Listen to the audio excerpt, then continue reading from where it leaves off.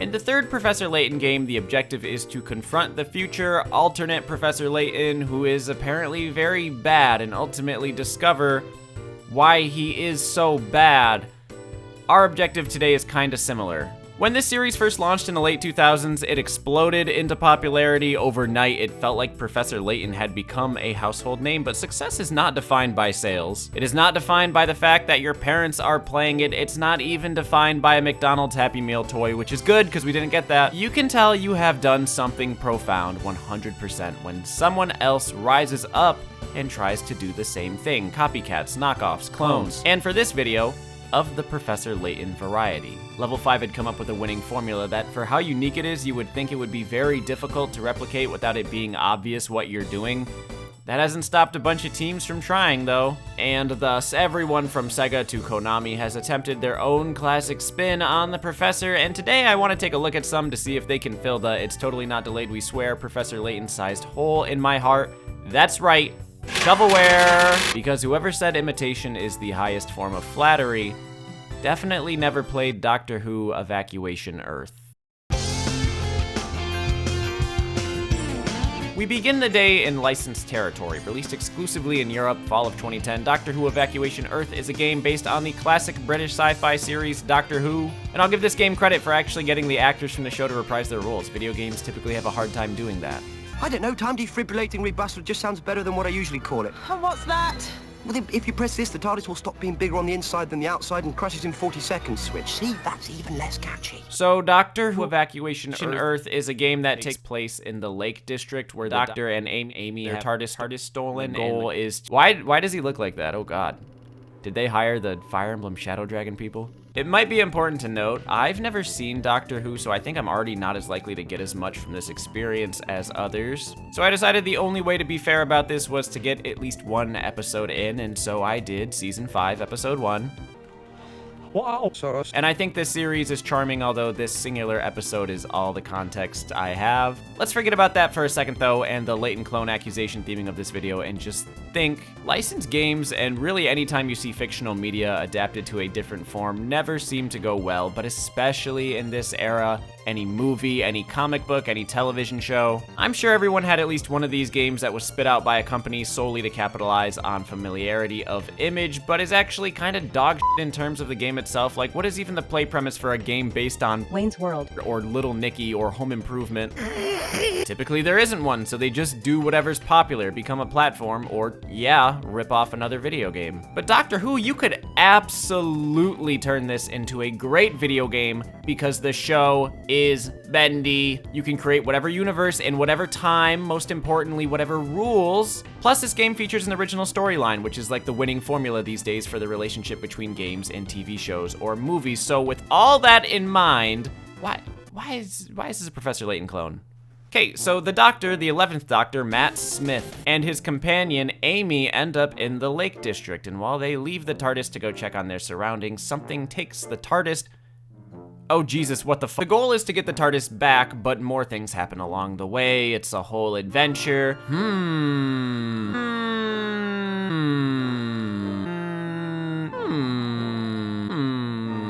Doctor Who Evacuation Earth is shamelessly Professor Layton, but in a very stiff and less animated manner, and just less manner. Or perhaps a nicer way to put it is it's overly simple. It's just like Layton with a top screen and a bottom environment. Moving is done via tapping the footsteps, and puzzles are found along the way. But these puzzles are ridiculously easy. To any Professor Layton fan, this is gonna feel like a waste of time, let alone it's supposed to be for this super genius, scientifically advanced doctor. And the puzzles, oh, let's see if this sounds familiar, offer you 3 hints, and when you complete them, you get a win or lose animation that has exactly 3 fade outs before revealing your fate with a catchphrase. That was easy. That was easy. Whew, that was a tough one. And there's like 5 types of puzzle. Drag this ball, fit these pieces together, click on the right answer. There's not that many of them, and in fact, this entire game is only a couple hours long. You cannot get stuck. Like, the green arrows will always tell you where to go, and you're not gonna start a Skype call with your friends to start debating over a square peg puzzle. It's a very quick and otherwise pathetic attempt at the Professor Layton formula, if not a bigger insult to the Doctor Who franchise. Y'all could have done better than this. I'm sure the crowds are similar and even the dynamics. Professor Layton and his almost inhuman intelligence with the very young and impressionable Luke going on adventures to mysterious or fantasy settings. Doctor Who and his down-to-earth fine companion traveling through space and time. But this game gets too comfortable with those correspondents. It needs a restraining order. There are other Doctor Who video games out there though, and I'm hoping since this one was so long ago, they eventually got it down and finally created a game that reflects the integrity of the series. Doctor Woo! As for making a game in the image of Professor Layton, it would likely be easier to do if it was completely original. Look at this box art. Look at this presentation. This is peak we have Professor Layton at home energy. Maze Mysteries Forbidden Memories, known in Europe as Maze Mysteries The Secret of Dragonville, released in 2011. And upon researching this DS game, I found out it had a port to Switch and all modern platforms. How? What are you doing? I thought to myself, wow, this game must be pretty f***ing dazzling in order to be re-released, but I guess not, because not even Classic Layton could get ported to the Switch, and for $3.74. Okay, I'll bite. Turning on the game, you can already tell they were working with a budget here. Why is this man's collar so angry? The title screen doesn't have any charisma, the animation is crusty, I guess the voice acting isn't terrible. But it is trying so hard to be Layton. I'm in the uncanny valley and I'm upset. The game begins with May, a parent genius, and her little brother Terry, a parent dip, taking a balloon ride, and the big dude falls out of the balloon. They crash outside a town called Dragonville, except when May awakens, Terry just left. Terry just left. So we head for the town of Dragonville, and we get access to the first puzzle at the gate. How much buildup do we want to put on this? This game is absolutely bad, like bad. It's the worst type of bad because it's not even like funny bad or outlandish. I can't believe they were trying to pull this off bad. It's just offensively a waste of time. The first puzzle asks you to input the name of the person you're visiting so you can bypass the gate. And of course you'd see 5 spaces and be inclined to say Terry. But if you walked or clicked one screen over, you would have seen the name Doyle and known that that's the answer for some reason. Now I'm wondering if I was too hard on Doctor Who Evacuation Earth, because there's no win animation, it's just, you win, bucko, congrats. New bonus puzzle unlocked. Autism? Throughout the game, you will traverse Dragonville and discover its horrifying secrets, namely its poorly drawn residents, spelling errors in the dialogue, and 4 solid tons of glitch and clunk. The puzzles are unexciting, some I think are just straight up wrong, a few might even be a little familiar. Poorly coded rhythm games, and then some you might know the answer to, but can you input them correctly? Why this game was made and released twice, of which I am playing the remastered version and therefore the most up-to-date, and yet it still feels unfinished is not of importance anymore. I just wanted to know when it was gonna end.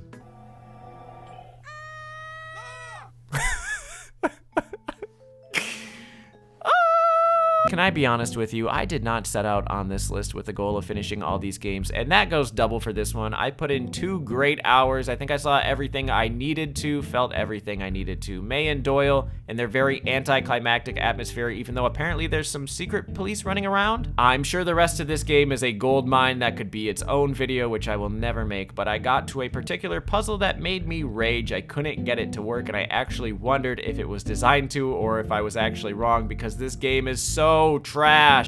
Okay, this really confused me for a second. Huh? Whoa. Wait a minute, what? What did I do? I lost my widescreen capabilities? I know he's bigger. I just saw him being bigger, and now he's no, that's normal. You just click on him and then he just Oh my god, this game is ass, bro. Like, what? You drew him. You drew him. He is right there. You couldn't have just put him there in the conversational screen. He's gotta be, guys, it's okay. I went on the website to make sure everything was all good because I'm so f***ing scared. Maze Mysteries: The Secret of Dragonville is an exciting puzzle adventure game bringing a hand-drawn storyline with 4 worlds, 80 locations, 50 characters, 10 minutes of animated cutscenes, and 270 brain teaser puzzles. Follow May in her quest to find her missing brother. Advance through the cartoon-style drawn adventures by solving over 270 logic puzzles. They really like that number. Main features: over 270 mini games, 230 logic puzzles, 25 hidden object games, and 13 rhythmic games. The math is not mathing there, but all right. Travel through 4 intriguing worlds with 80 mysterious locations and discover well-kept secrets. Meet 47 wait a minute. 7 minutes of hand-drawn. Are you seeing this? 8 music themes? 70 on Metacritic. Kirby Air Ride has a 61. I am more puzzled by this than any of what I just experienced. For our next entry, we head on over to the PlayStation 3. No, I wanted to say that for dramatic effect. Puzzle Agent is available on PS3 for $10, but also Steam for $5, so... In the summer of 2010, legendary point-and-click studio Telltale released Puzzle Agent, a game where you play as FBI agent Nelson Tethers. Much like any Professor Layton plot, you're sent out to a remote and mysterious town to investigate an eraser factory incident. And once you arrive there, the locals are really weird and it becomes apparent that there are secrets. Nelson does not get a Luke counterpart, it's just him, and I think this helps add to the game's atmosphere, which is obviously cold and to a degree hostile. But this is also how a majority of the humor is conveyed. If the residents aren't saying something goofy or just being awkward, they're giving you a puzzle and hot buttered popcorn. Puzzle balance is also something that Professor Layton does really well, but it's rarely pointed out because you'd only ever learn to appreciate it when you decide to put yourself through something like this list. Even with how all over the place the first game is, every puzzle feels challenging enough to think about, and nothing is so obvious that it ever makes you question why it's an obstacle. Now take the puzzles in Puzzle Agent, they're all kind of stupid. A majority are literal puzzles, all about fitting pieces together. The rest are like map placement puzzles or multiple choice riddles. One of the earliest puzzles you get is from the innkeeper saying your room reservation is written in code. I stared at this for 20 minutes. No way, right? No fucking way it's that easy. There's gotta be a catch. Maybe total the amount of little drawing scribbles. Maybe it's like a tally. It just can't be 9. That's way too fucking simple. The game would never do something like that.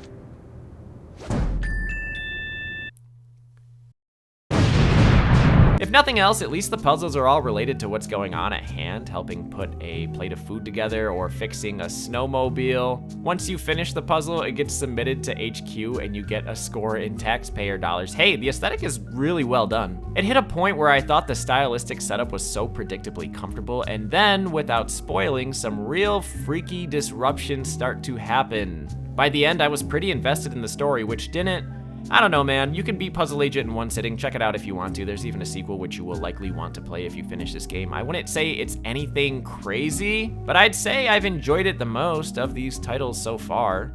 No wonder you're our star puzzle agent. You, sir.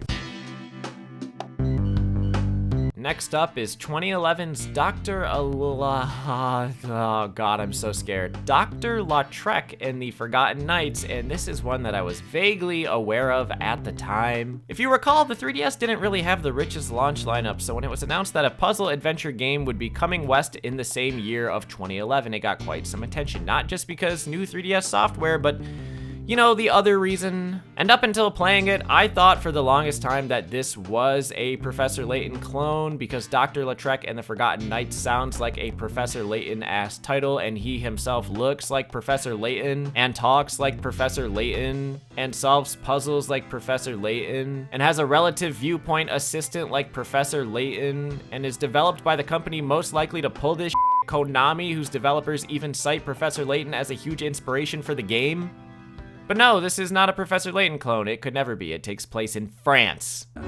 Inspector Goddo needs to get it together. Inspector who? The game begins with some 3D model cutscenes, also some anime cutscenes, also some portrait tennis cutscenes. If there is a Layton comparison to be made, I see why it would have worked better in 2011 with his first adventure on 3DS. Miracle Mask also tries this level of cutscenes and has a big subterranean treasure theme, but I'll talk more about that someday. When you do finally get to play, you are actually able to move the Doctor around in an isometric playing field. That's when I learned that Dr. Lautrec has more elements borrowed from a dungeon crawler than it does Professor Layton. And it's got JRPG battles and stealth. You guys know what I'm thinking. French-ass spirit battle ghost thingies inside the gem, moving around all stealth-like. Puzzles come, but they're really not as crucial to this game's formula, hence why the comparison feels off base. It's probably more rooted in setup. We're in 19th century France. Dr. Lautrec is knowledgeable and loves a good mystery, and Sophie is his everyday normal tag-along. Except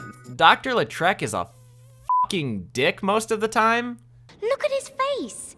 Oh, it just makes you want to scream, right, Doctor? Doctor? Enough, Sophie. You know, you must stop getting yourself so worked up. It's a bad habit of yours. Mind your own business. I don't know why he's so mean to his pop and music drawn assistant, but I definitely think the gentleman component of Professor Layton and his kind-hearted nature towards everyone around him is probably something critical to his favorable reputation, i.e. definitely something you'd want to carry over to your knockoff mystery dungeon slop experience. This game has an overworld, and it's got, I don't know, looking at this just makes me wish Earthbound 64 had finished. I did not play that much of this game, and I kinda don't want to, so because it's not a Layton clone, I'm just gonna go ahead and disqualify it. I'm sorry, Dr. Lautrec fans, all 38 of you in the audience. Treasure Report is a game developed by Namco, released for the Nintendo DS exclusively in Japan. Unfortunately, despite catching some eyes over here, Namco never decided to export it, so I can't really comment on it. All I know is it's very often compared with Layton, and that there's some hardworking folks out there looking to do a fan translation, so credit to them if you're interested and you want to support.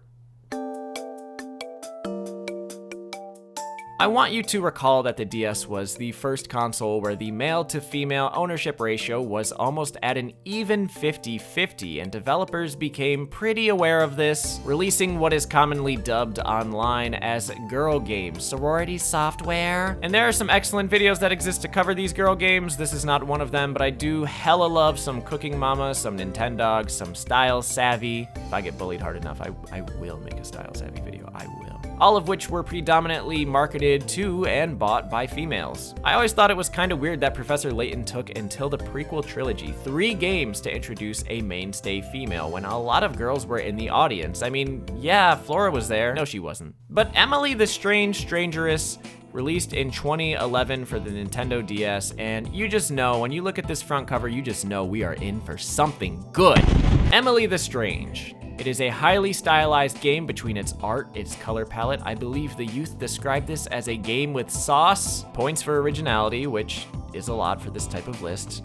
There's these black bars around the screen, and that's kinda strange. I thought it might just be because we're emulating it, so I went to buy the game.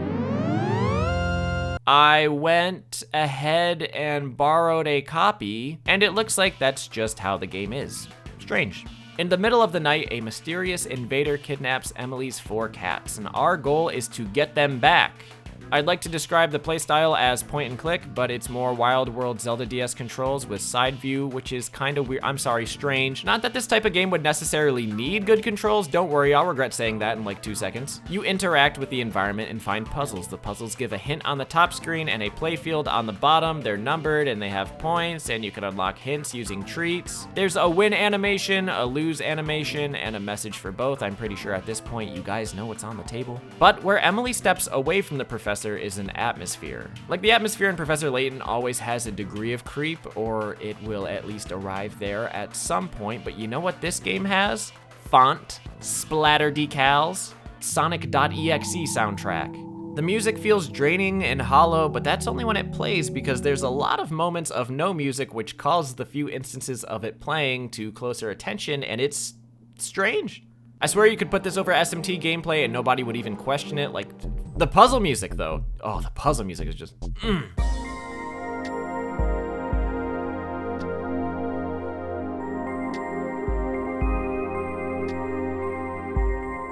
This game, alongside Emily herself, it just has an attitude tonally. It is exactly how it looks. But I hit a point where the amount of pre-existing lore in the game that seems to never be explained became too much. There's Emily, herself, the 4 cats, the odd I see, and the reverse world we just casually go into. So, feeling like I was missing something, I decided to Google this game and see if there was a prequel or a sequel or a fucking Labubu. And I found a Wikipedia page only to learn that Emily the Strange is a whole franchise. She is a character, originally a skateboard decal created by Rob Rieger, who mostly has literary features, but they've been trying to make a movie as recent as October of last year. She's even got a website, but you know what's real strange? Not once, anywhere on this Wikipedia page, nor on the website, is there a mention of a DS game. Suddenly this makes a lot more sense. But what I do think I love about a character like Emily is her dedication to the alternative and helping people find a place when they feel like they may not have one. I spent a lot of time going over this website, and I appreciate the work Rob Rieger has done. As for this game, it's not as good as it should be. The atmosphere and environment is off the charts. I think they brought the world to life in the unique manner that this franchise embodies wonderfully. But there is poor design all over the place. Navigating can feel like a maze, even with the knowledge of where you are supposed to go, and just trying to submit the answer for a puzzle can be very irritating. Oh, here goes another match puzzle. Rhythm Thief is a 2012 game made by Sega, and I don't know, guys. I've been told this was Sega's version of Professor Layton and seen other comparisons over the years, but like, it's a rhythm game. It says it in the title. Is it because it's set in Europe? Is that it? Do we consider all games set in Europe to be Professor Layton adjacent?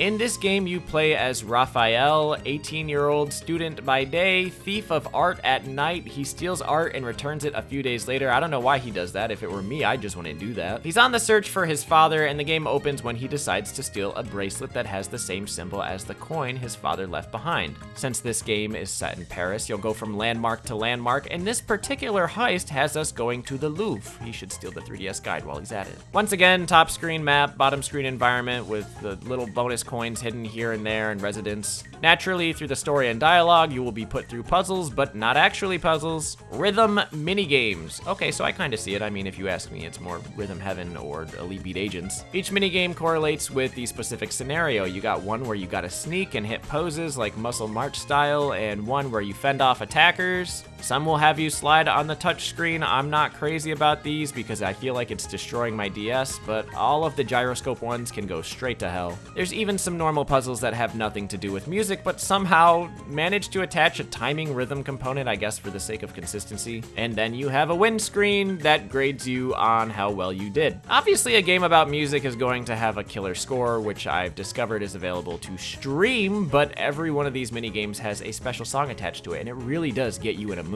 Whether this is a clone of Layton or not, I don't really care for that question anymore, because this was the first experience that really swept me away on this list. And the plot gets even wackier with supernatural elements and the resurrection of Napoleon. This game is just like Persona 2. I would absolutely recommend checking this out, fans of Layton or not. Just don't pay this much for it. I know what you're thinking, Voyan, that's not a Professor Layton clone, and I want to believe you, but I can't. Henry Hatsworth and the Puzzling Adventure released in 2009 for the Nintendo DS, and despite it arriving in the peak Professor Layton knockoff era on the same console, it really is completely its own thing. I think it probably capitalized off it. Henry Hatsworth and the puzzling likeness, a professor and his boy get up to British antics. It is really only a Layton clone in that there are two entirely different, non-related games going on here at once. The first is following the Professor Henry Hatsworth on his adventure for the legendary suit platforming pitfall style through various landscapes. You can get treasure, buy upgrades, you fight bosses. It's surprisingly in-depth with just this mechanic alone. Because the second is fucking Pokemon Puzzle League. At any point during these platforming segments, you just hit the Y button and suddenly you are playing the Match 3 Rising Block game that some know as Tetris Attack or others paneled upon. And it can get you health back, earn extra lives, even change the level a bit. I don't know, I was playing this game with one hand, thinking that I would be able to, and I could not get past the first boss. Verdict, not a Layton clone. Rare EAW. Ooh. Okay, look guys, let's wrap it up. Nobody does Professor Layton like level 5. Not Telltale, not Konami, Sega. Okay, Sega may have actually been onto something. Even though this concept of a point-and-click adventure with well-written characters and atmosphere and puzzles that are just the right difficulty seems simple enough to recreate on your own, it isn't. And that's the magic of the Professor Layton series. Nobody does it like level 5. But that said, even level 5 no longer can do it like level 5, at least the last we saw from them. Catriel has the name, the art, and some of the music, but the story and puzzles and characters, its quality would put it dead center with the rest of the rejects on this list. I would believe that I'm playing some bad fanfic AI-ass game. I guess I really just hope that New World Steam can get us fed well.